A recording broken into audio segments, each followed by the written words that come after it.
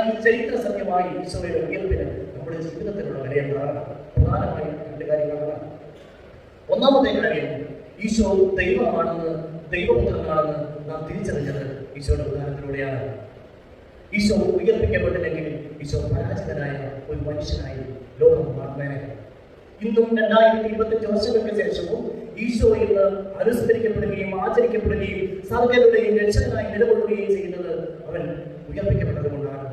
ഈശോ തന്റെ പരസ്യ ജീവിതത്തിൽ ഒരിക്കൽ പോലും പറഞ്ഞില്ല ഞാൻ മെസ്സിഹായാണ്. ഈശോ ഒരിക്കലും പറഞ്ഞില്ല ഞാൻ ദൈവപുത്രനാണ്, അവൻ പുത്രനാണെന്ന് പറഞ്ഞു. ദൈവപുത്രനാണെന്ന് ഒരിക്കലും പറഞ്ഞില്ല. മെസ്സിഹായെന്ന് പറഞ്ഞവരോട് ദൈവപുത്രനാണെന്നവരോട് ഉണ്ടായിരിക്കാൻ പറഞ്ഞത്. പക്ഷേ അവൻ ദൈവപുത്രനാണെന്ന് തെളിയിച്ചത് പീഡനത്തിലൂടെയും സഹനത്തിലൂടെയും മരണത്തിലൂടെയും അതിനുശേഷം ഉത്ഥാനത്തിലൂടെയുമാണ്. ഈശോയുടെ മരണശേഷം രചിക്കപ്പെട്ട ലേഖനങ്ങൾ നമുക്കറിയാവുന്ന ലേഖനങ്ങളിൽ പൗലോസ്ലീഹായൊക്കെ ഈശോയെ ആവർത്തിച്ചു വിളിക്കുകയാണ് അവനായി. പഴയ നിയമത്തിൽ ദൈവത്തെ വിളിച്ചുകൊണ്ടില്ല കർത്താവേ, ഈ മെസ്സിഹായാണ്. ഒരു എക്സ്പ്ലനേഷൻ തരുന്നില്ല. ദൈവപുത്രനാണ്, ഒരു വിശദീകരണവും തരുന്നില്ല. ഉത്ഥാനത്തിലൂടെ അവൻ ദൈവമാണെന്ന് നാം തിരിച്ചറിഞ്ഞു.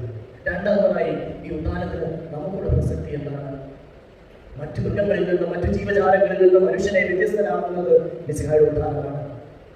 ആദ്യം മൂലം മനുഷ്യവംശത്തിൽ മരണക്കടന്നുകളിൽ കടന്നു വന്നെങ്കിൽ ഈശോ മെസ്സിഹായിലൂടെ പുനരുത്ഥാനം കടന്നുവന്നു. നമ്മൾ ആരും ഈ മണ്ണോട് മണ്ണടങ്ങി ഇല്ലാതായി തീരേണ്ട വ്യക്തികളല്ല, മറിച്ച് ഈശോയോടൊപ്പം ഉത്ഥാനം ചെയ്യപ്പെടേണ്ടവരാണ്. ഈശോയോടൊപ്പം ഉയർപ്പിക്കപ്പെടേണ്ടവരാണ്. ദൈവത്തിൽ വിലയം പ്രാപിക്കേണ്ടവരാണ്.